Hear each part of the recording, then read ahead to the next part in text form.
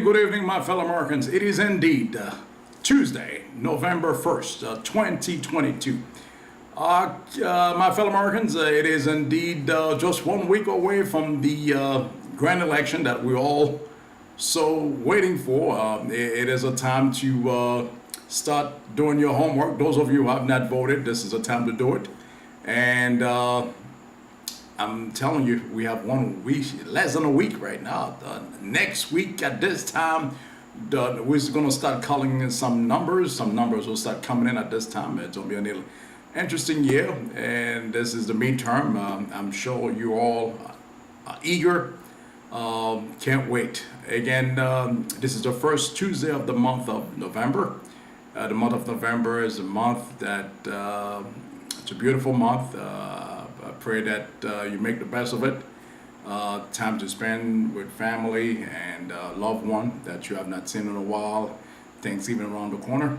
But before we delve into any further subject, I'd like to share with you some sad news. We just this past weekend I lost my lovely aunt slash mother.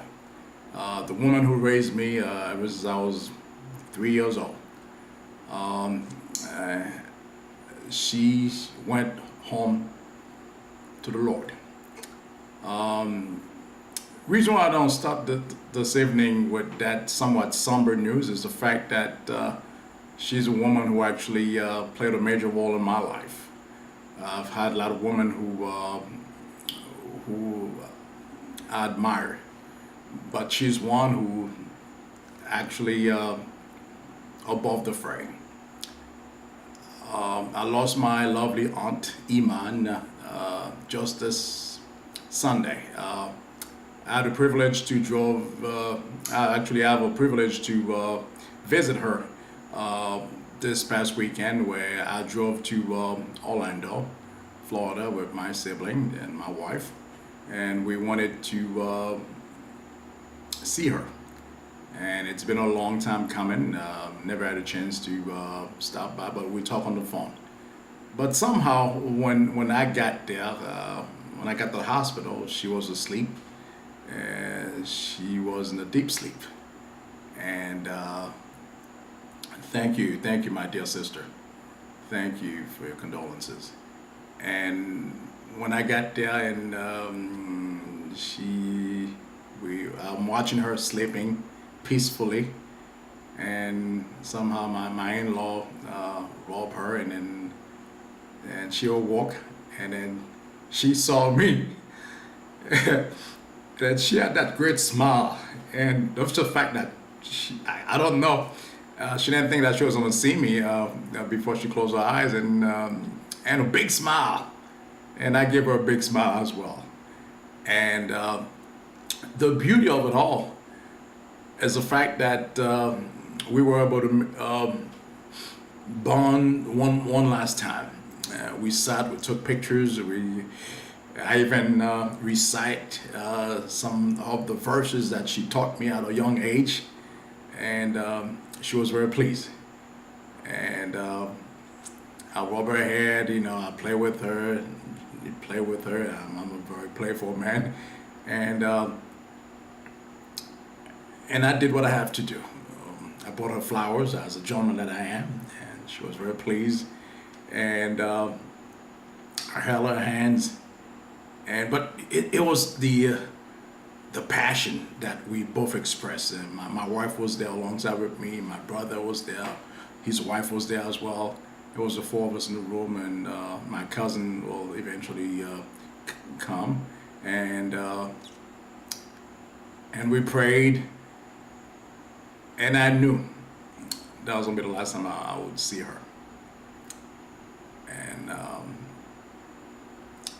I think she was holding on to see me.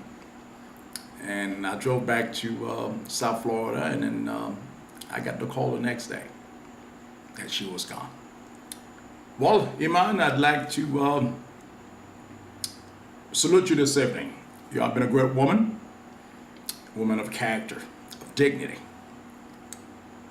I'm the man that I am today because of your deed.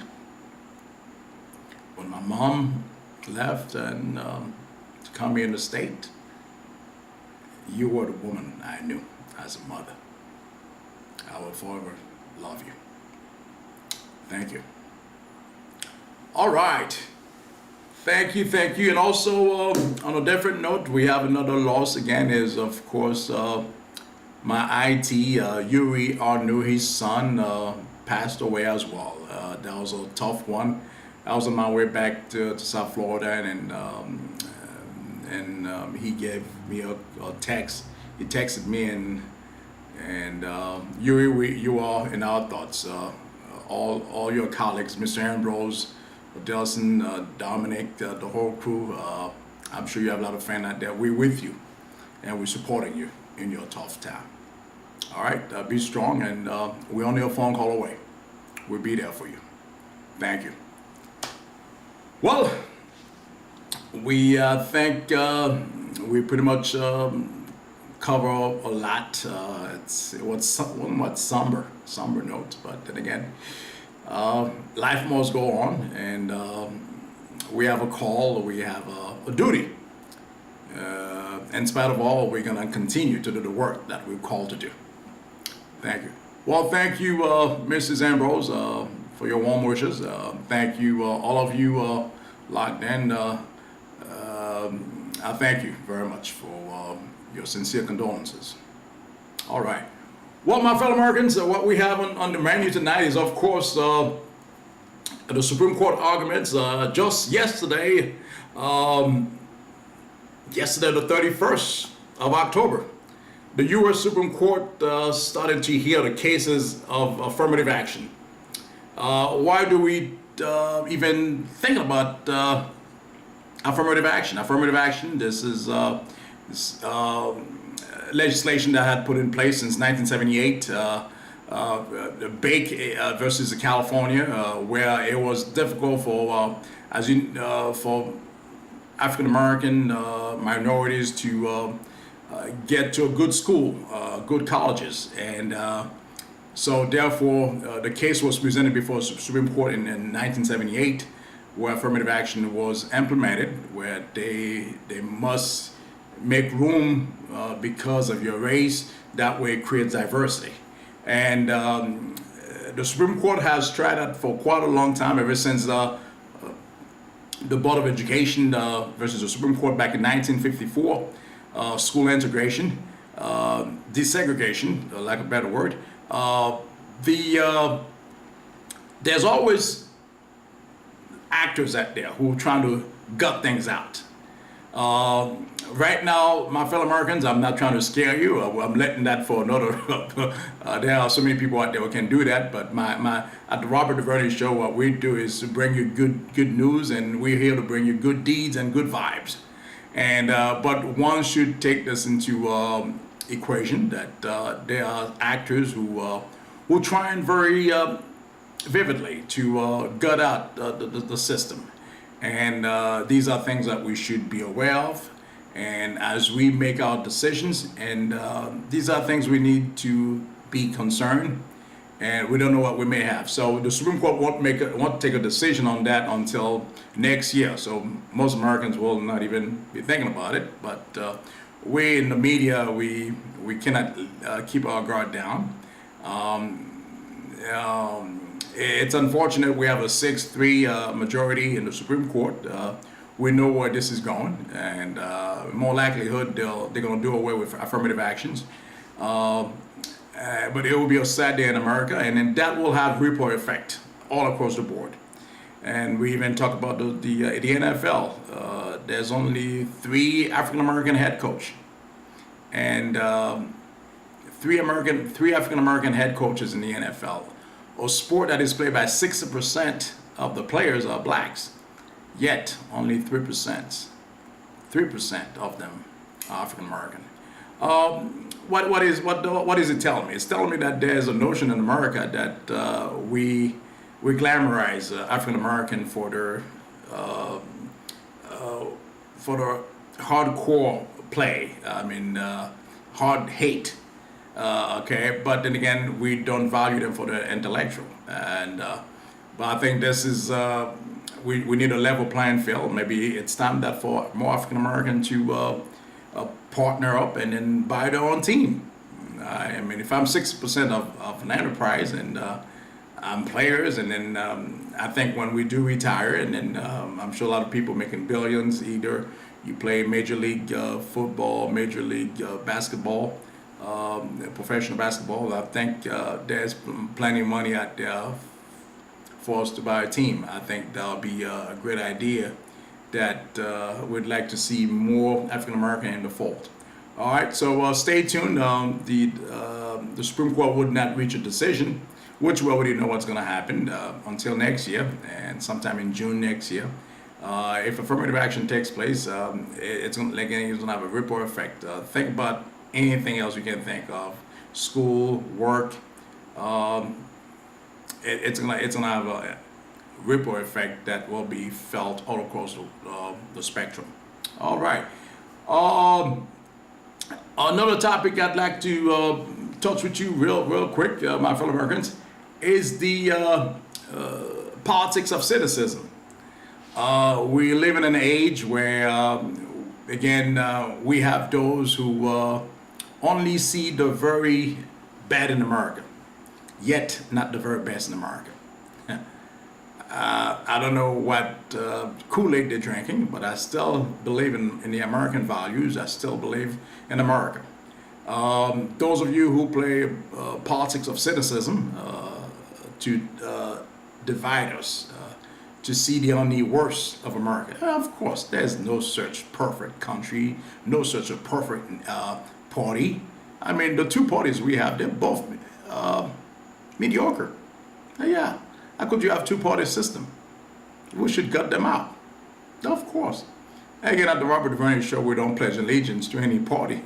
One thing that we know for certain is that when we have Americans who see themselves as others, who that they're not part of this group, they are different. But I have news for you.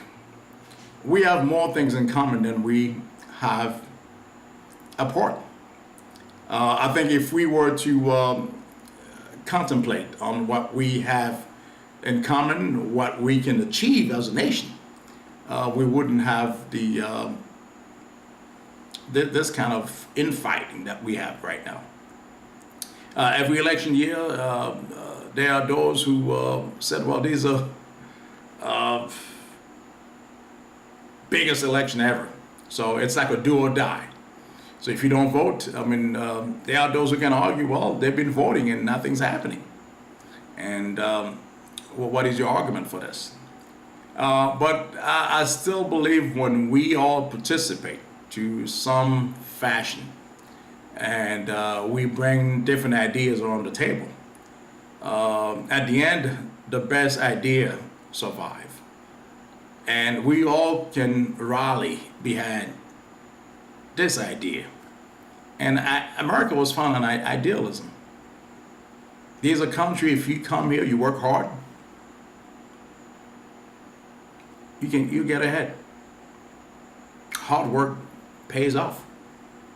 This is what we believe. But not division.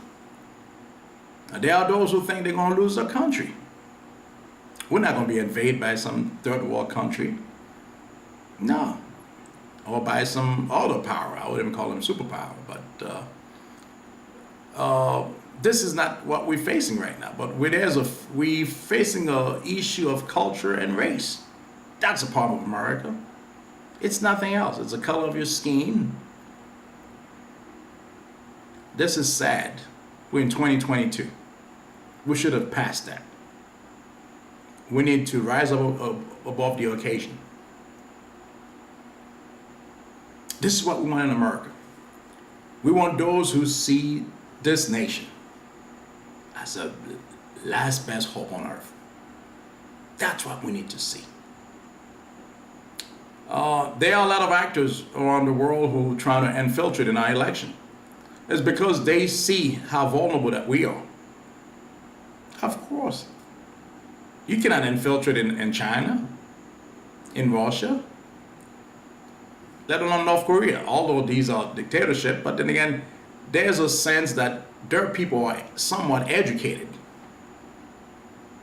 You don't just hear something and run with it. As a matter of fact, I encourage you, whatever you hear on the Robert Duverny show, go check it out.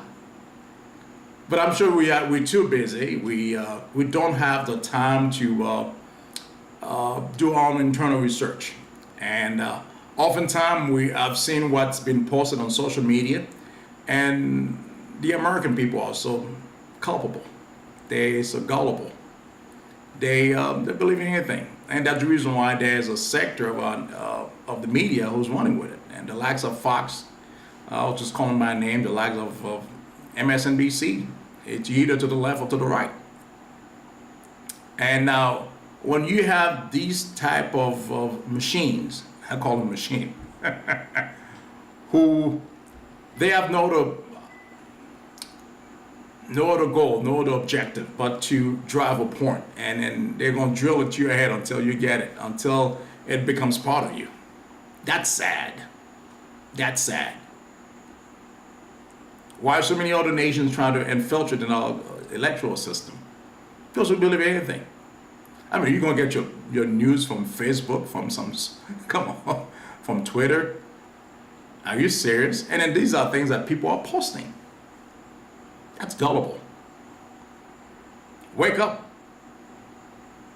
Now, people are not reading these days. And the other nations, they know that. I mean, we want everything to be ready within minutes. We want a microwave education, microwave senator, microwave president. Come on. I mean, is that the best we can do? Seriously. What happened to the hardcore politicians? Those who stand for what is right. Where are these people? What happened to the John McCain light? I mean, just as recently. I think we should reflect on these folks. See what they believed, what they've achieved. These are the people that we need to follow.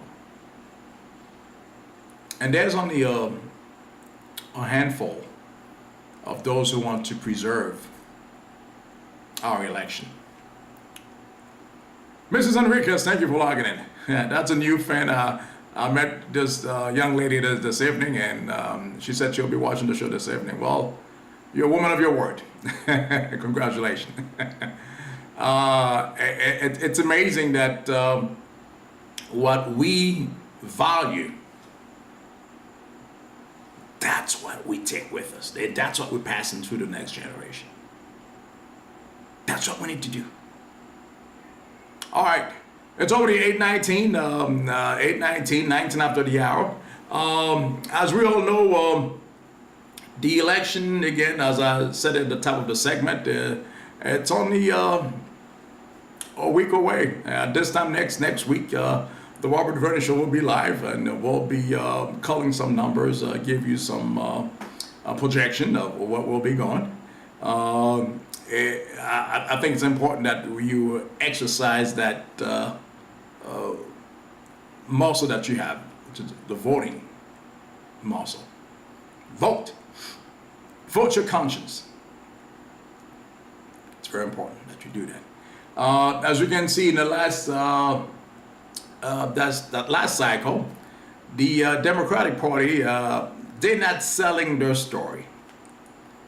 Every time you're gonna let somebody else dictate your story, you know it's not gonna be told the way it ought to. I think they have a good message that they could run on the economy. The economy been doing well, and I mean the fact that they're not articulating their position. I mean, I'll give you a prime example. We're talking about inflation. Oh, inflation, gas price, and then there you go. That's why the American people are so gullible. The inflation is not just in America. Remember, when America sneezes, everyone catches a cold. And we have a war right now going in between Ukraine and USSR, well, actually no longer USSR, but Russia. The old Soviet Union, okay? They still have that mentality. That's why I call them USSR. Now, that has some effect, a ripple effect all around the world. So the inflation that we're facing right now, it's not this administration's fault. Again, I'm not taking any party. I'm going to go on the other side as well, but I just want to bear here with me. But yet, if you were articulating your point, I'm sure there will be an audience who thirsty for knowledge would captivate on that one. Gas, well, OPEC said they're not going to produce as much as they used to. Well, we have some in the reserve, but how long can we use our reserve? But it's not up to this administration. So I think that's where the Democratic Party fell, and they spending so much time under the issues that we know. I mean, Roe versus Wade, we know that's in the bag, and the other side is talking about freedom. I don't know, freedom. By God, freedom. I need my freedom. Were you captivated? Were you captured? You want your freedom. Freedom from what? So they have a unique opportunity to articulate their position, their stand, what they have done, cut inflation, infrastructure bill that this administration just passed. Okay, so there are great things I've already done. Prescription drugs for seniors. These are things you can run on, but yet they're not telling these things. I mean, the fact that they like a party that's all over the place. And when you're over the place and then the other party only going about one thing, that's all they know, three things: economy, immigration, inflation. That's it. That's all they keep saying. And then the fact that they're saying over and over again, people start to believe it. Oh yeah, just because you're hearing something over and over again. Remember that I had a show on that a couple months ago. Well, the fact that you're hearing something over and over again, doesn't it make it true? So that's where they fell. Well, I have news for you. What the Democratic Party has done just to close the gap, they called upon the closer-in-chief. I'm referring to no one else. Mr. Former President Obama. Need I say more?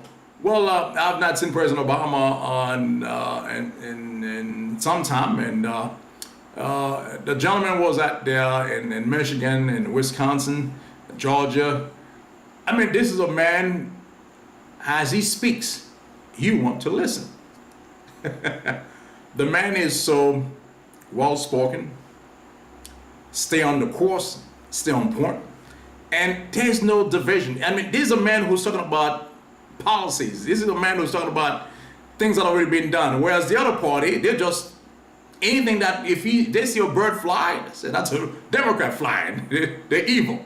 So they have nothing to run on, but they have followers. They have those who believe in them. So I think by bringing President Obama, it was great. You have a sense of, well, this is still America. I remember the likes of Ronald Reagan, the likes of Kennedy, the like of Nixon, and the likes of Bill Clinton, the like of George W. Bush, the like of H.W. Bush. I mean, you had a sense, hey, this is still America. There's hope. And every now and then you need to hear that voice, a voice that reassures that this is not the end. This is not an existential threat. Okay?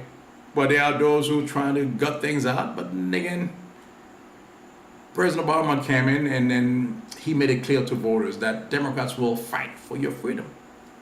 The other party is talking about, hey, I want my freedom. Yet what are they doing to protect that freedom? Again, you can scream fire all you want, but again, you set the fire. Arsonist. I think this is the beauty. After all, inflation is temporary, but losing your freedom, that can be permanent. And this is the choices that we face in this election. Again, at the Robert Duverny Show, we're not here to sway you one way or the other. We present the fact, and you make the ultimate decision. This election is important because it's our duty. It's our civic duty to exercise our vote. There are those who lost their lives in the attempt of securing the right to vote. There are those who've been in prison just for this. So I encourage all Americans, regardless if you have any dog in the fight, I'll put your name on the ballot. If you think these guys are losers, then run for office. That's what we want. But let's preserve this nation that we have, that we so love, we cherish. I love America. I love America. I'm sure you all do. But then again, let's see what we have in common. Okay, I think again, I said at the top of the show, we have more in common than we have in difference. So that's what we want. We want leaders who tell the truth. Not a leader who wants sound bites by saying the most outlandish thing, the most outrageous thing, just to be in the news for next 20 or 24 hours. I think we are better than this. We can leave a legacy for future generations to follow. After we're gone,